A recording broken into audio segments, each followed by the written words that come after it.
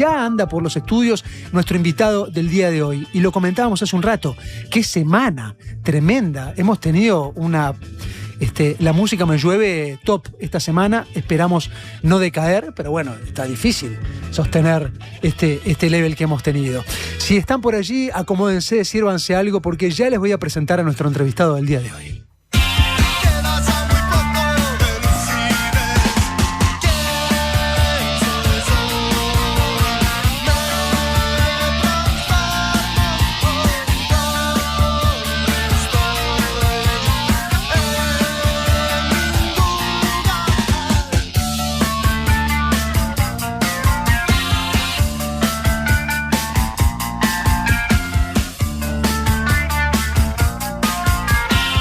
Es médico pediatra, es profesor, cantante. Desde que se paró al frente de un micrófono por primera vez en un escenario aquel 6 de agosto del año 1983, durante un baile licial en el Centro de Protección de Choferes en la ciudad de Pando. Por aquel entonces era el único montevideano de aquella banda de culto fundada entre el kilómetro 30 y el 40 de la Ruta 8, entre Pando y Empalme Olmos, Los Estómagos.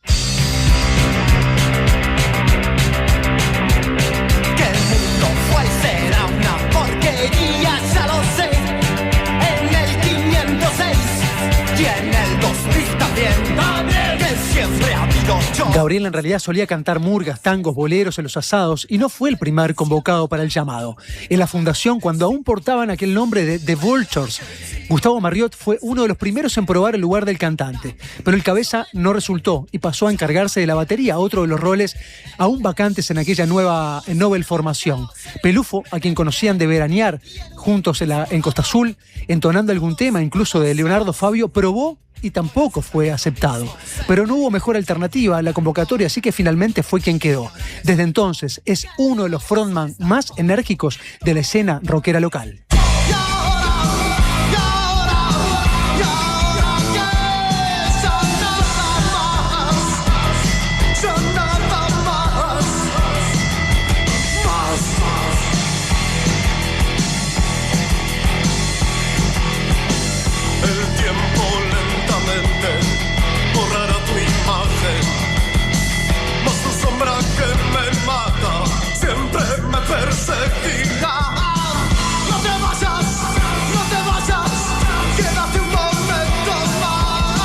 Con Los Estómagos recorrió 6 años, mientras que en simultáneo culminaba sus estudios y completaba la residencia de medicina.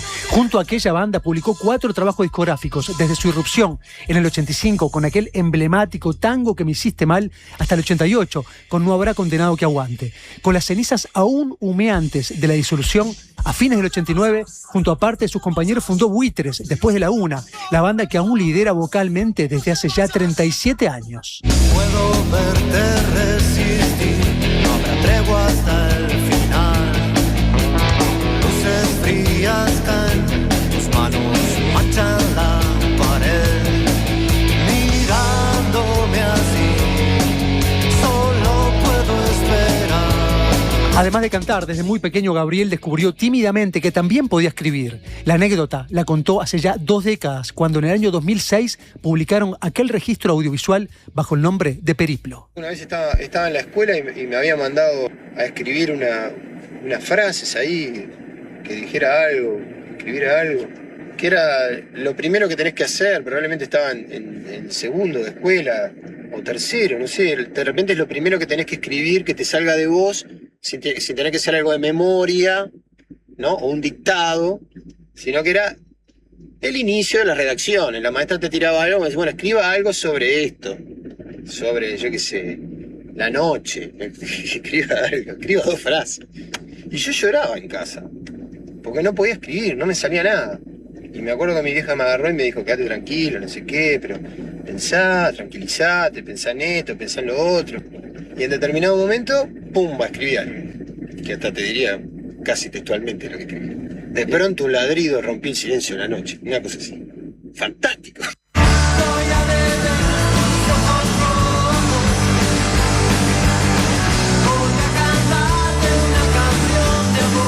Y en Los Buitres claramente conforma el tridente compositivo junto a Gustavo Parodi y a José Pepe Rambao.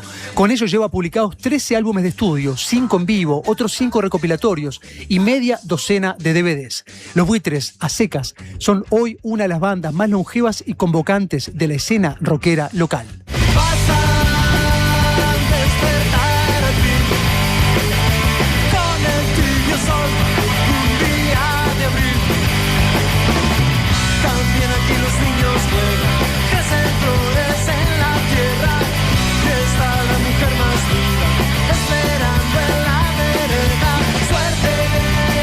Los Buitres han recorrido el país, han girado por Europa, han tocado en cuevas y en estadios, con el escenario al frente, en un 360 rodeados por la multitud. Han sido innumerables veces headline de festivales y sus conciertos son reconocidos por un gran despliegue físico de su cantante.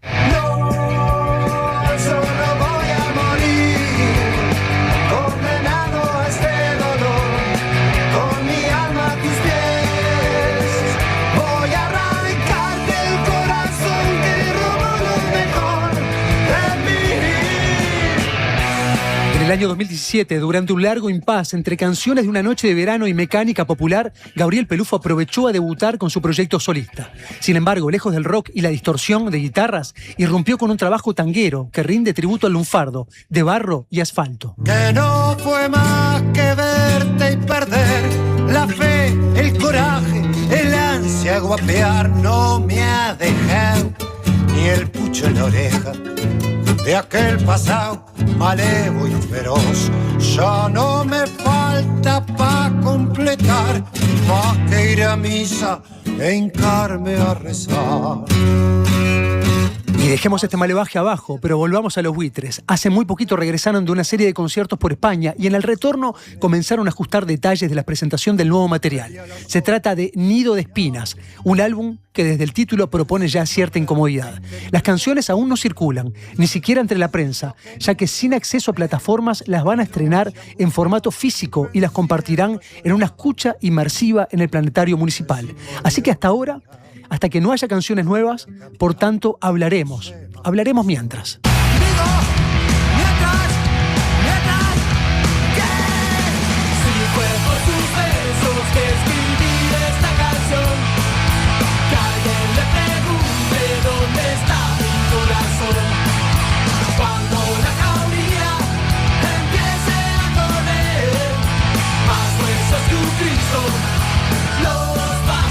El ciclo de escuchas comenzará el próximo 15 de agosto y estará vigente viernes, sábados y domingos a las 18 horas, proponiendo un recorrido audiovisual en el Domo Planetario, donde cada track encontrará una nueva dimensión. No es para aquí, si nunca fue, esta noche puede ser.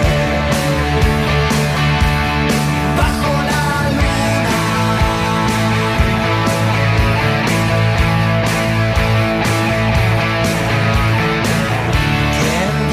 Y la presentación oficial ya tiene fecha y lugar. Será en sitio, la enorme carpa antes alojada en el Velódromo Municipal y hoy reubicada en el Parque Roosevelt, en la ciudad de la costa. La cita será el 5 de septiembre a las 21 horas y ya van en la tercera tanda de anticipadas.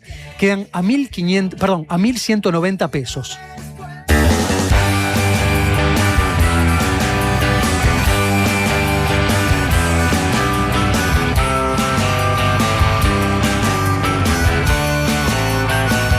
Es un placer para La Música Me Llueve, es un placer para la Diaria Radio recibir esta noche a Gabriel Pelufo. Gracias, Gabriel. Bueno, un placerazo que hayas venido, es un placer. Aunque no podamos hablar de estas canciones nuevas, vamos a sobrevolarlas, vamos a hablar de ellas sin escucharlas, hablar de ellas sin que se hagan presentes. Es una metodología rara, pero es una metodología que aceptamos también de presentación de disco en esta escucha inmersiva que van a proponer, donde vamos a todos encontrarnos con ese repertorio nuevo en esa modalidad. Sí, bueno, te agradezco la presentación y te agradezco la nota en estas condiciones, porque no es que somos malos, sino que estamos preparando una sorpresa muy grande y una experiencia diferente para la banda y para el público de la banda. Y sí, vamos a compartir las canciones. Las canciones se van a escuchar por primera vez en ese primer día que lo presentemos ante la gente. para los primeros privilegiados que se van a ir sumando día tras día, ¿no? Eso levanta el switch de la ansiedad del público y los fanáticos, pero también me imagino de los integrantes de la banda, ¿no? Bueno, es inédito porque en realidad cuando vos haces un disco nuevo lo querés sacar rápido, querés que todo el mundo se entere, a ver que Por lo menos que alguna canción corretee, ¿no? Y bueno, y en esas ansiedades también está el hecho de que habitualmente se lo regala, la moda ahora es que se lo regalas a una plataforma. Y bueno, nosotros esta vez pusimos el freno y dijimos, no, momento. Tenemos que jerarquizar este momento de la obra nueva, ¿no? Del disco nuevo. Hicimos 8 canciones, están muy buenas, estamos contentísimos, elegimos hacer una producción,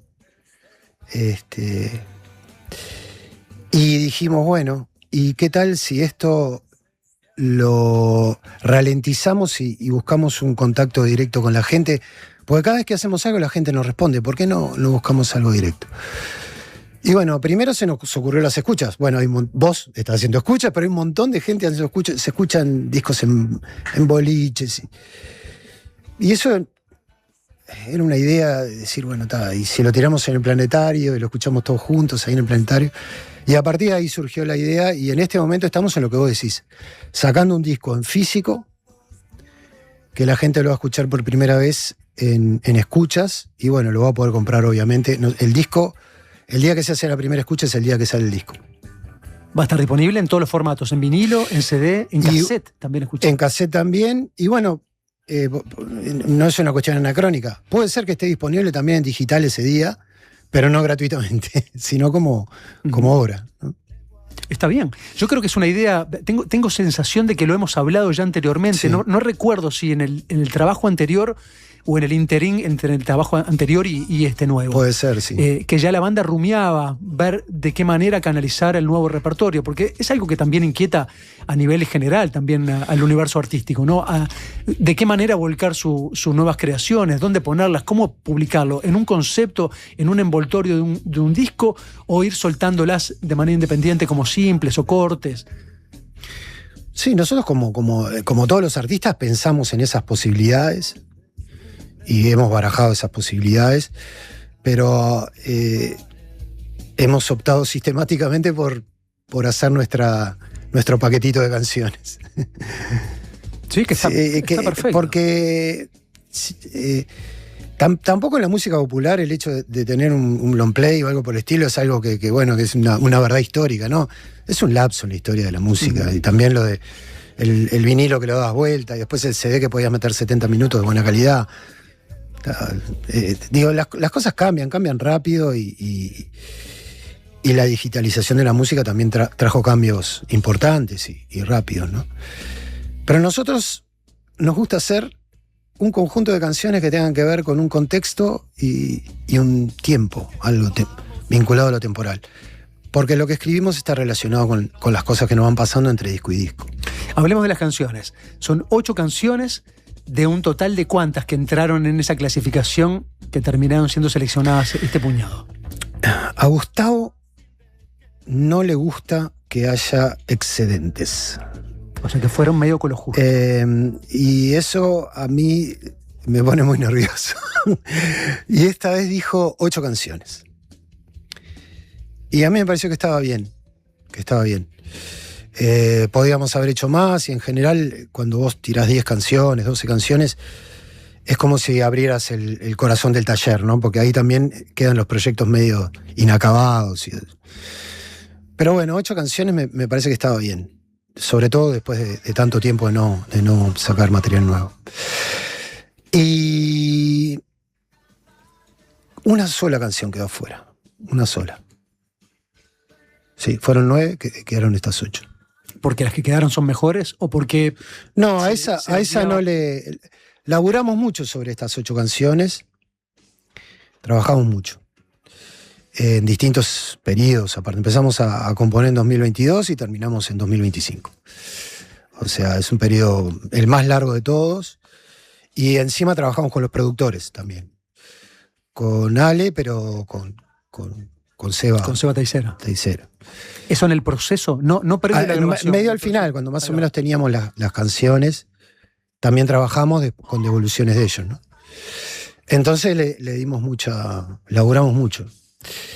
Y tal, fue lo que elegimos. Hay mucho taller de la banda, pero hay autores, ¿no? Otra vez Orlando Fernández, como en el disco anterior, trajo una canción y hicimos con Orlando un tema. Qué lindo. Él y yo. La vez pasada era un tema de él que yo lo canté. Esta vez me propuso hacer algo conjunto y la verdad que anduvo bárbaro. ¿Y eso por qué? ¿Porque el taller está más montevideano? O sea, tiene que ver. No, el taller es. Primero ensayamos en Costa Azul un tiempo, a bajo ruido, como si fuera una especie muy raro, ¿no? Distorsionado, pero chiquitito, medio raro. No me lo imagino parodiar. No, pero en la casa de él, así que está todo bien. Pero igual él no quería que escucharan los vecinos. Claro. Que la ventaja es que no oye nadie. Y muy poco. Claro, por eso. Pero igual. Primero hicimos eso y después sí vinimos a algunas a salas de ensayo acá. Y ahí trabajamos todos, pero bueno, se traen los temas, ¿no? Los temas de Gustavo, los temas del Pepe y un tema de Orlando. Y un tema, al final un tema mío también. O sea que la cantera es de casi la totalidad. Sí, y bueno, sí, Caco trabajó muchísimo también. Laburó muchísimo. Todos laburaron un montón. O sea, yo vi a todo el mundo entusiasmado, eso está bárbaro. Está buenísimo. Está bueno. O sea, no es que no haya pasado otras veces, pero bueno, el último disco lo sacamos en 2019 y se estaba prolongando un poco. Y bueno, yo les insisto que para mí el sentido de la banda es que hagamos canciones. Y bueno, la mantiene en vitalidad, ¿no? La mantiene en vigencia, si se quiere, ¿no? Y sí, sobre todo internamente, ¿no? O sea, no. Y está buenísimo porque hay un montón de temas populares que la conquistaron el corazón de diferentes generaciones, por eso tuvimos mucha suerte de haber llegado a puerto de generaciones diferentes. Entonces ya como que esas canciones ya están. Uh-huh. Entonces lo bueno ha sido estos últimos 4 o 5 discos que nos hemos tirado a lugares muy raros, ¿no? Y está muy bueno. Está muy bueno. Y en me parece que nos fuimos un poco nos fuimos un poco. ¿Hacia dónde se fueron? Y nos fuimos para otro lado. Yo que sé, está muy bueno. Es una banda de rock. O sea, son los Buitres, ¿no? Pero está bueno. Son canciones muy originales. No voy a hablar mucho de ellas porque hay que escucharlo. Solo tirándote un poco más la lengua. Estaba revisando un poco la cronología de la banda y recuerdo que en el año 1996 se fueron todos a ver a los Ramones. Y ese fue un hecho desencadenante, absolutamente. Primero de comunión ante un repertorio demoledor, pero además para traer insumo de eso hacia la banda, ¿no? Sí. ¿Hay algo de espíritu ramonero en esto? No. No. En este disco no. No, yo creo que esa ida a ver a los Ramones nos hizo bárbaro. Porque era un momento del rock previo a Nirvana y estaba raro el rock. Estaba medio raro.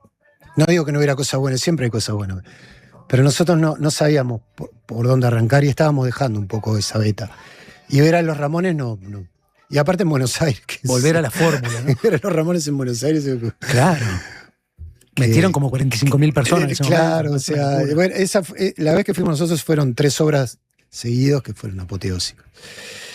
Pero nos reivindicó un poco en componer de esa manera. Yo creo que gracias a eso salió Maravilla. O sea, el disco Maravilla fue después de haber ido a ver a los Ramones. Yo me equivoqué entonces, porque la última vez que llegaron en el 96 fue previo a la disolución. Exacto. Y no fue esa vez. Ustedes fueron antes del Maravilla. Exacto. Por eso te digo antes del Por eso me decías obras. Así cuando me dijiste obras dije no, pero no. No, claro, después el último fue es obvio que también, más allá de los Ramones, que después aparece Nirvana, que yo creo que estuvo buenísimo. O sea, que aparecía Nirvana fue impresionante. O sea, también era como que te venía a devolver cosas, ¿no? Estamos hablando de una época en la cual prender el distorsionador seguía siendo un problema, ¿no? Uh-huh. En los 90 acá, ¿eh? O sea, tener una guitarra distorsionada era que no te pasaran, yo qué sé. No te Sin duda. difundieran. Por eso lo nuestro fue rarísimo, porque éramos muy populares, pero porque la gente se copiaba las cosas y no se pasaba las cosas. Bueno, pero Pero justamente con aquel trabajo con el Maravilla del 93 fue que No, eso explotó. dieron Fue un al viraje diablo. tremendo. Fue el primer teatro verano, una gira nacional. Sí, etcétera, aparte estaba en la época del videoclip, sacamos esos 2 videos. Ojos Rojos, que trabajaba el actor era Pedro Dalton. Claro. Y Condenado de Corazón, hizo 2 videos, en ese momento impresionaban. 2 temazos, 2 videazos. Y los videos impresionaban mucho. Tremendo. Impresionaban mucho. Te voy a invitar a hacer una pausa y volver. Vamos a seguir conversando con Gabriel Pelufo. Vamos a ir escuchando canciones de ayer, de hoy. No las nuevas las van a tener que ir a escuchar a partir Qué del malo. 15 de agosto. No, pero yo respetando Gracias. el juego. El 15 de agosto, ya lo saben, viernes, sábados y domingos a las 18 horas van a estar haciendo esta escucha inmersiva en el Planetario Municipal. Yo creo que es una instancia muy linda también de también autoproponerse e ir a escuchar un disco en otras condiciones.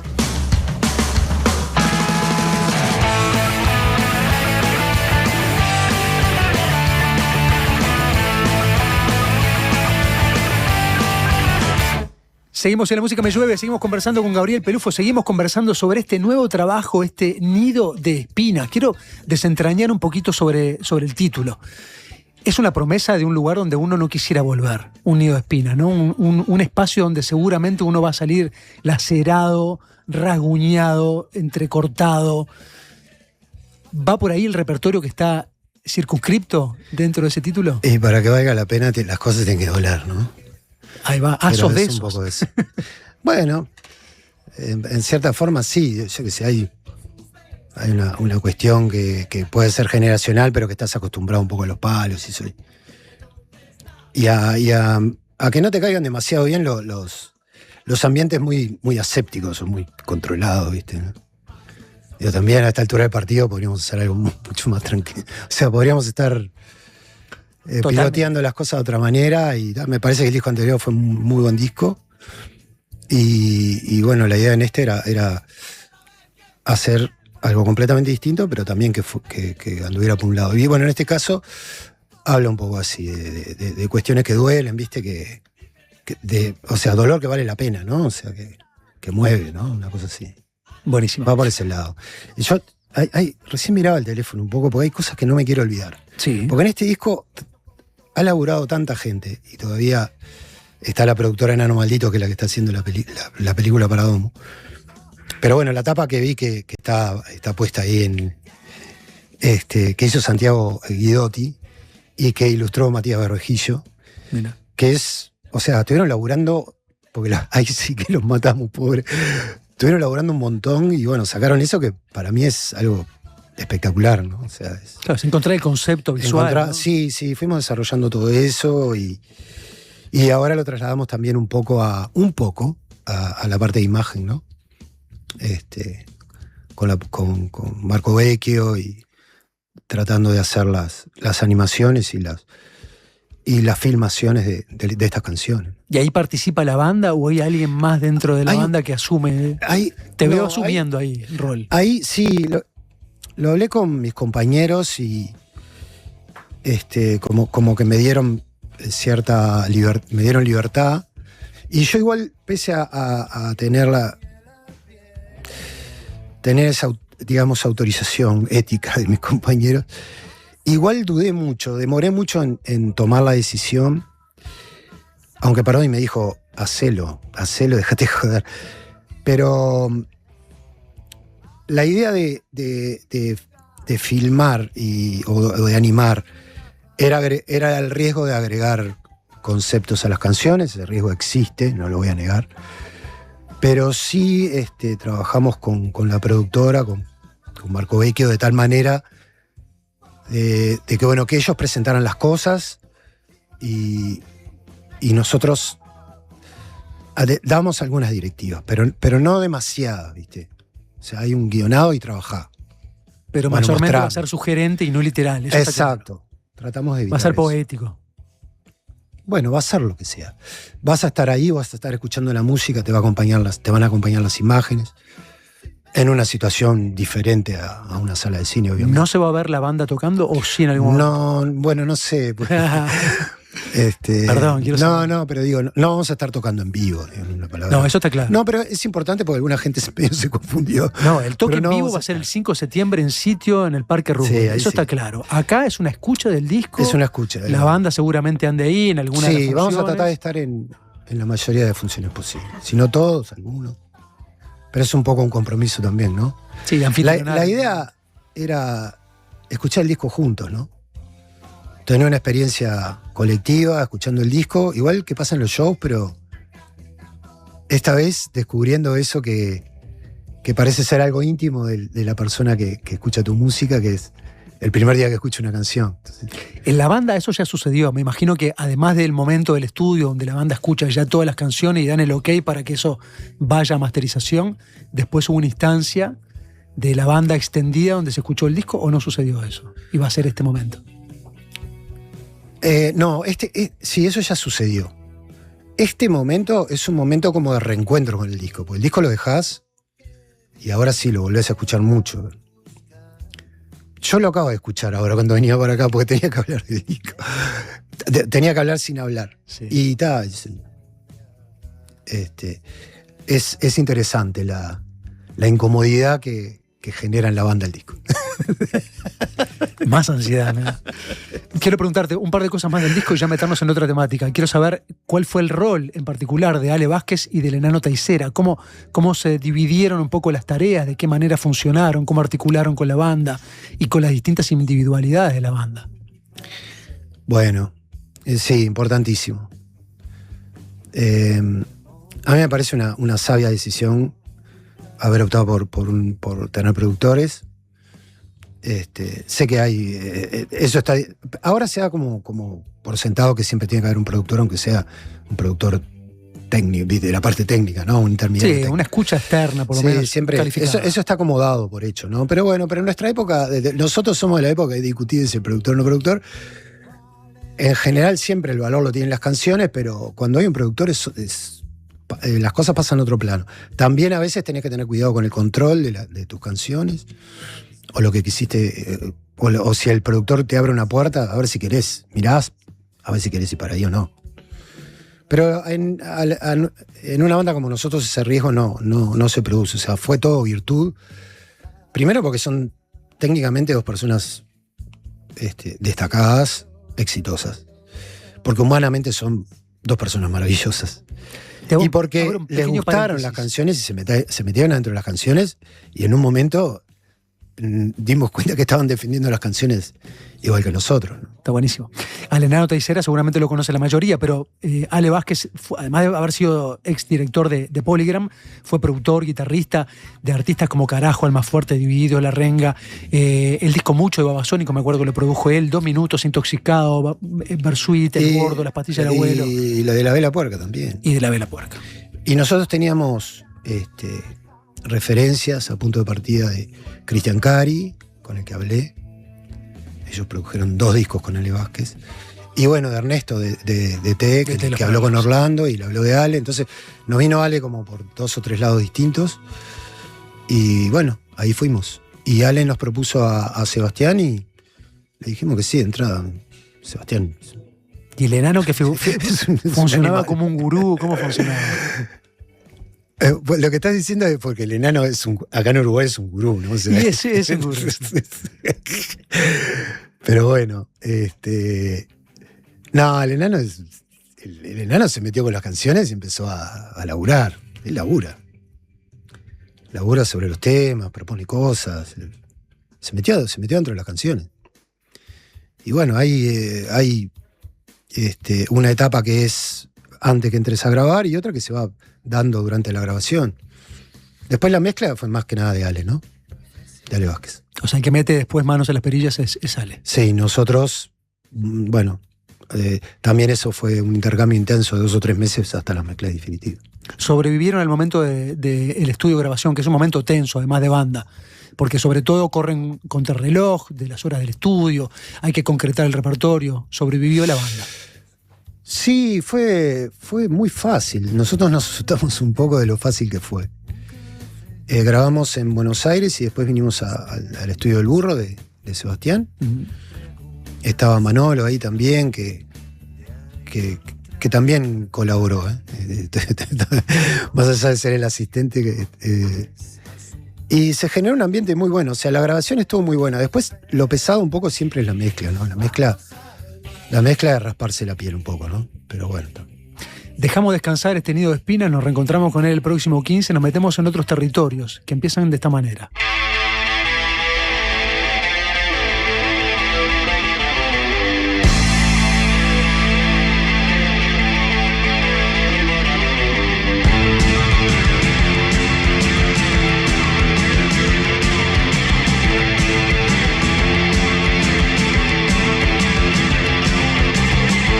Suena Gris en un programa que se llama La Música Me Llueve, en un día totalmente húmedo y lluvioso, así que estamos totalmente en contexto. Pero pasaron 4 décadas de aquel Montevideo Rock donde Estómagos subió al escenario con esta canción. Sí. Y hay un montón de cosas curiosas que no termino de comprender. Esta canción en realidad era del disco sucesor al que ustedes estaban presentando en aquel momento. Ustedes estaban con La Ley es Otra, sí, que es el disco que Estómagos publica en el 86. Pero esta canción es del disco siguiente y es la primera que ustedes tocan cuando suben al escenario.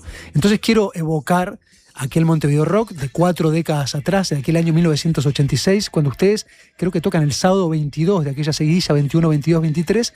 Ustedes tocan el día 22, eran obviamente una de las cabezas de cartel.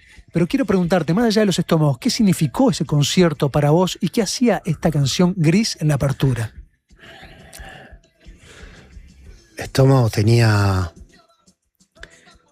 Siempre estábamos haciendo canciones y íbamos un poco adelantados a la salida de los discos. Siempre pensábamos que las canciones que hacíamos eran mejores, entonces las teníamos que tocar.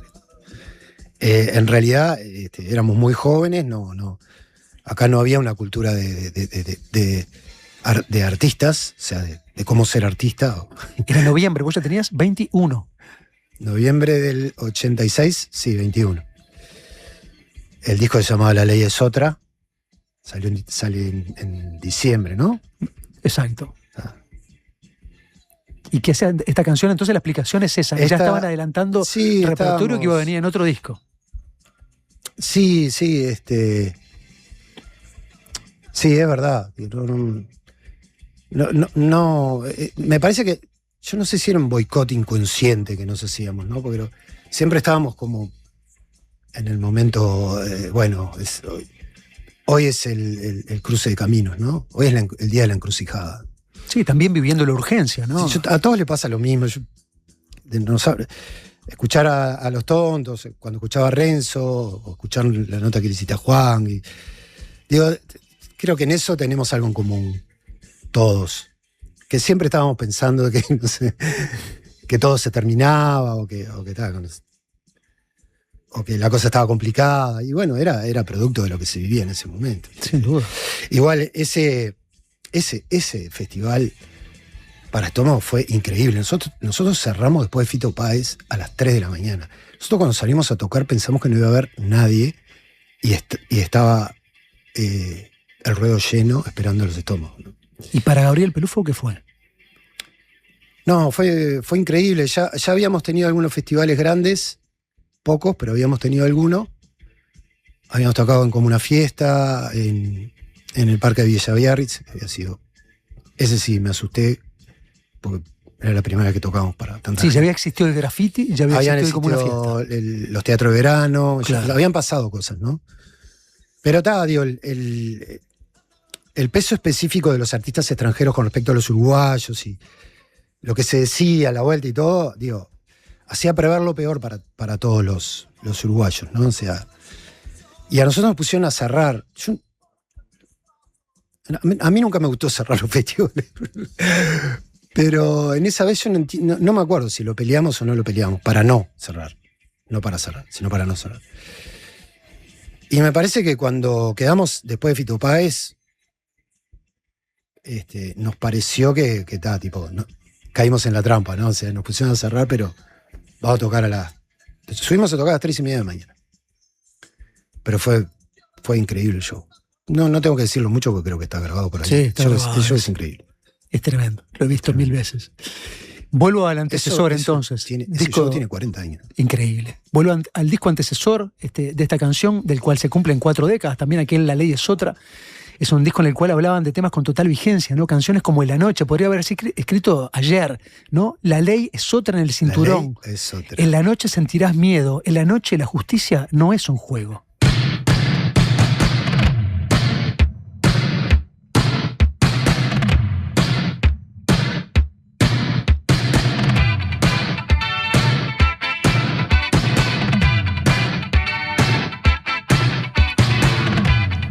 El título del disco es un guiño fuertísimo. Total, porque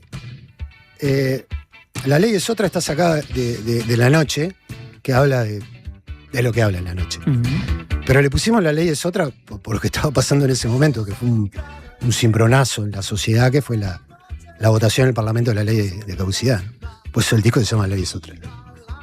No, que eran pendecieros en esa época, no cabe duda. Eran muy peleadores. Hay un detalle que es el detalle de la tapa, seguramente la mayoría lo sabe. La tapa está toda seccionada, es como una tapa que fue hecha como por collage. En aquel momento no existía el Photoshop y Rodolfo Fuente lo que hizo fue superponer una foto con otra, pero a modo de collage. ¿Por qué? Porque Leo Baroncini, que era el batero, en ese momento Trevor Podargo, compartido con Los Tontos, dejaba la banda y entraba Marcelo Lazo. Y como no había fotografía del cuarteto, hubo que seccionarla y agregar a Marcelo de esa manera. Aquel disco tenía una de tus primeras composiciones, Semillas. Sí. Parodi dijo alguna vez, Pelufo no puede haber escrito una letra así en una tarde.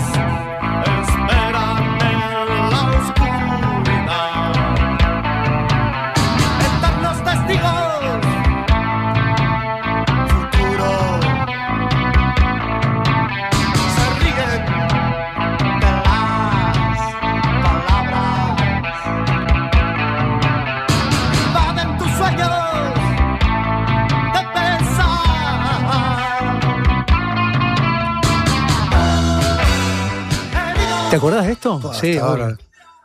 Sí. ¿Es de las primeras? Sí, había escrito en el primer disco, pero porque Gustavo y el Hueso me decían que escribiera, pero en este sí, escribí Semillas. En el primero escribiste y tiraste, me acuerdo.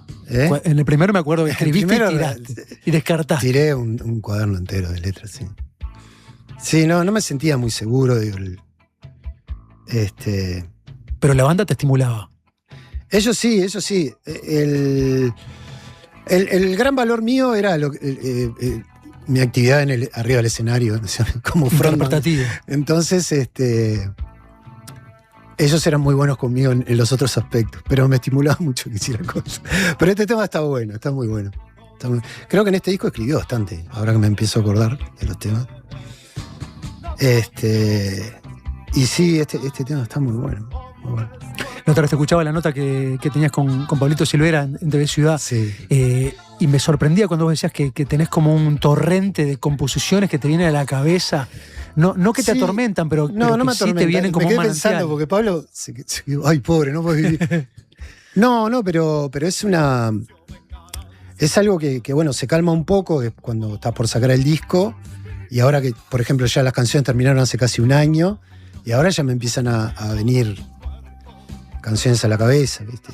Tenés ganas de hacer cosas y de tocar. ¿Y te bajan en formato canción o te bajan ideas, te bajan versos, te bajan...?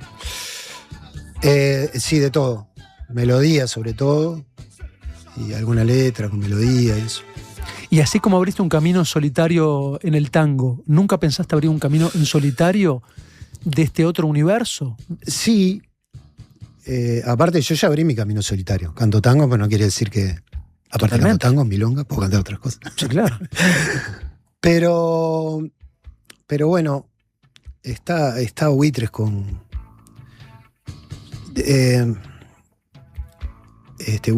Buitres tiene mucha energía, o sea, absorbe mucha energía. Y me encanta el grupo que tenemos para hacer canciones. Y me encanta yo tengo un Gustavo desde hace más de 40 años. Es la relación más longeva que tenés. Sí, la verdad que sí. Y todavía después se metió la infidelidad con el Pepe, ¿viste? Y todas esas cosas. Capaz que me costaría mucho. Si yo hiciera algo solista, yo no sé si buscaría a alguien. Yo necesito a alguien para componer, no puedo componer solo. Pero es raro que vaya a buscar afuera. Capaz que lo primero que haría sería: che, Pepe, ¿te acordás aquella canción, esta otra, dámelas? Y a Gustavo, che, hubo una que nunca te dije, pero me hubiera gustado. O sea, ir recuperando de alguna manera parte del patrimonio compositivo. Pero bueno, hay una identidad muy, muy grande. Yo recién escucho mi voz ochentera y pese a que está cambiada, es mi voz. O sea, es una huella digital, ¿viste? Y Gustavo me dijo, las bandas de rock son la guitarra y la voz del cantante, me dice. Y tengo una identidad muy, muy ligada a Gustavo. Y también, indudablemente, al Pepe. Pero al Pepe más por la composición, ¿no? Por agarrar las ideas de él y hacerse los pumas. Pobre Pepe. Algunas salen bien. Hay que hablar.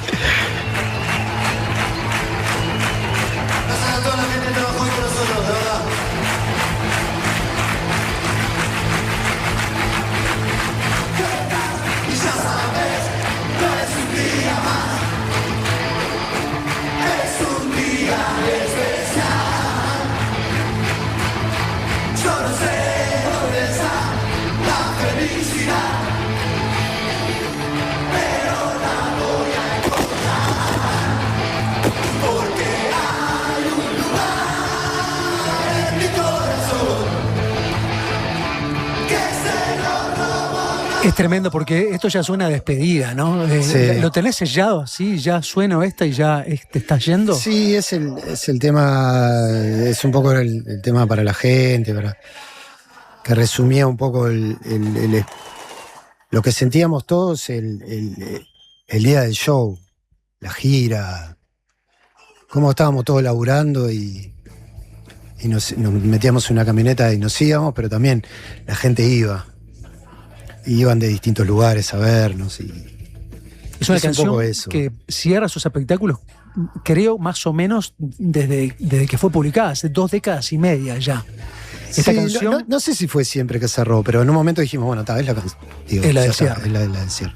Esta es parte del Buena Suerte hasta siempre, ¿no? Sí. El 7º trabajo de la banda, en el que publican por primera vez el tema con el que están cerrando hace tanto tiempo, ¿no? Me quedan un montón de cosas por preguntarte. Entre otras, quería como tratar de entender las distintas etapas de Buitres. Yo hice una primera como distribución de etapas. Me suena como que la primera podría ser Buitres, después la Bruja Maravilla. Ahí se da un quiebre. Sí. Ahí hay un capítulo de Buitres. Sí. La segunda la leo. Deliciosas criaturas perfumadas, el amor te ha hecho idiota. Podría entrar el Rantifusa, pero en Rantifusa es un disco que produce Jaime y para mí hay ya un quiebre también. Es un disco que lo lleva también a otros lugares a ustedes. ¿Esta primera parte la comprendés igual? Sí, la entiendo, sí. Rantifusa es nuestro primer disco independiente y eso para nosotros también fue... O sea que es un capítulo nuevo. Es un capítulo completamente nuevo. Es lo que hacemos ahora. ¿Y la experiencia, Jaime, cómo la vivieron? Para Trotsky fue demoledora. No tuvimos el placer ni de haber sido torturados por Jaime en una producción musical, sino que él nos dijo todo lo que teníamos que hacer para grabar un disco independiente. Hicimos casi todo y lo que no hicimos, Jaime nos dijo, en esto no me hicieron caso. Jódanse. Porque tenía razón. Pero bueno. Y nos conectó con el Portugués da Silva, que grabó el disco, a través con el estudio. Nos consiguió el sello para editarlo. Yo qué sé, digo, ¿no? Qué interesante, ¿no? Sí, nunca había reparado en eso, acá, en conversar con Jaime para descubrir un modo de independencia. Sí, nos guió en en un trabajo independiente. ¿Y el Sí. celo del catálogo y el repertorio fue a partir de entonces? Es un muy buen disco, es un disco muy raro, bastante experimental también, aunque tiene algunos temas que son muy populares. Pero ahí nos soltamos, hicimos de todo nosotros. Entonces, Rantifusa, que es del 98, ahí tienen un cambio, además, Sí. entra Irving en la batería. Ahí viene el Buena Suerte hasta siempre, del Sí. 2001, el Mientras, el Periplo, el asombrante mundo después del mundo de Sí. Buitres después de la una. Hasta ahí hay otro capítulo, hasta el Yo 2004. creo que sí, Mientras y Periplo, que son 2003-2004, Esos van juntos. sí, fue una bomba. Fue una suerte que haber grabado esos 4 temas del Periplo, porque estamos hablando de Tercer Deseo, Ojos y A Carta Vista. Sí, claro, o sea, son sellados en cualquier presentación. Pero habíamos grabado un disco hacía 9 meses con un montón de hits. Y yo le dije, no sé cómo lo engañé al gordo, pero digo, no, y aparte vamos a grabar estos 3, 4 temitas, no sé qué. Y por suerte el productor discográfico, Beto Koala, me siguió la cabeza. Porque mirá, Beto, cuando una banda está dulce, hay que aprovechar el momento. Me acuerdo, la época patente. Quizá una cuarta etapa es Canción de Cuna para Vidas en Jaurías, Sí, Bailemos. hasta ahí llega algo, ¿no? Hasta ahí llega ¿La actualidad? No, hasta ahí llega el momento de que Buitre sacó ese disco con el diario El País, y vendió 7.000 discos en un día.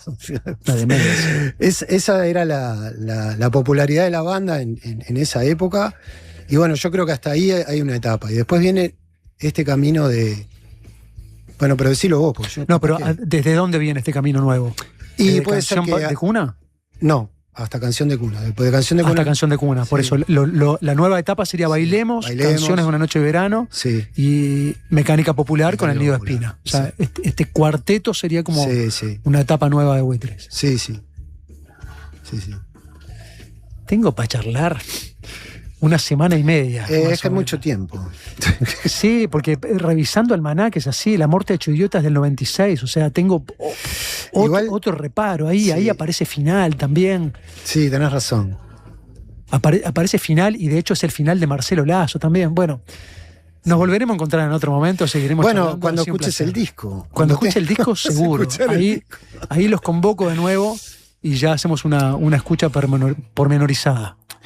Yo te agradezco muchísimo y quiero mandar un saludo a toda la gente que está laburando todavía en el disco y en la presentación del Planetario.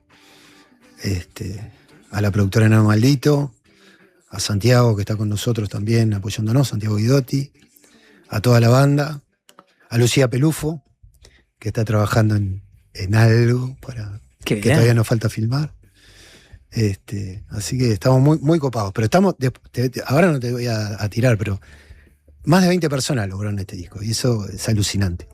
Qué bien, se nota que hay como un caldo ahí ferviente. Bueno, nos reencontramos entonces el próximo 15 de agosto, como les decía, se presenta en una escucha inmersiva, donde es la única oportunidad que van a tener para escuchar el disco y a partir de ahí, bueno, quienes quieran acceder al material se lo pueden llevar físicamente, pero no lo busquen en plataformas, no lo van a encontrar hasta que el disco trascienda. Y lo van a presentar, como les decía, el 5 de septiembre, entonces en sitio. Gabriel, ha sido un placer. Muchas gracias. Gracias por venir. Gracias Saludos a a la ustedes. patota. Saludos a todos.